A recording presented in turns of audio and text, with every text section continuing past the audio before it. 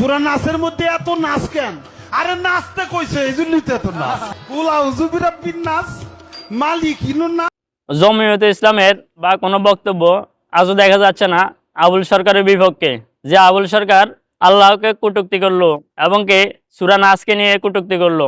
তবে জোনায়েদ আল হাবিবি সাহেব একটি বক্তব্য দেখলাম ওনার, কারণ জমিয়ত ইসলামের আরো অন্য আলেমেরা তো কোনো কথা বলতেছে না, তারা কয়েকটা আসনের জন্য ওই যে একজন আছে মনে করেন, এই যে দেখেন, আর কেমনে বুঝাবো আপনাদেরকে? এটা আমাদের জন্যই রাখছে। কিছুদিনের ভিতরে জোটের প্রার্থী মুফতি মনিরের নাম ঘোষণা আসবে ইনশাআল্লাহ। কিভাবে বুঝাবে, কেমনে বুঝাবে? এই আসনটা তাদের জন্য রাখছে বিএনপি। মনে যেন কি বিএনপি ক্ষমতা চলে আসছে আর তাদেরকে আসন দিয়ে দিবে, তারা বস সংসদের চেয়ারে গিয়ে বসে যাবে। এ হলো তাদের চিন্তাধারা। তাদের ইমানের পাওয়ার এতটাই দুর্বল হয়ে গেছে, তারা মনে করেন বিএনপির কথার উপরে কোনো কথা বলতে পারে না। বিএনপি মনে করেন তাদেরকে যদি বলে এখানে বসে থাক, তারা বসে থাকতে হবে, এই অবস্থা তাদের। তবে জোনায়েদ আল হাবিবি সাহেব যে বক্তব্যটা দিছে এজন্য ধন্যবাদ জানাই।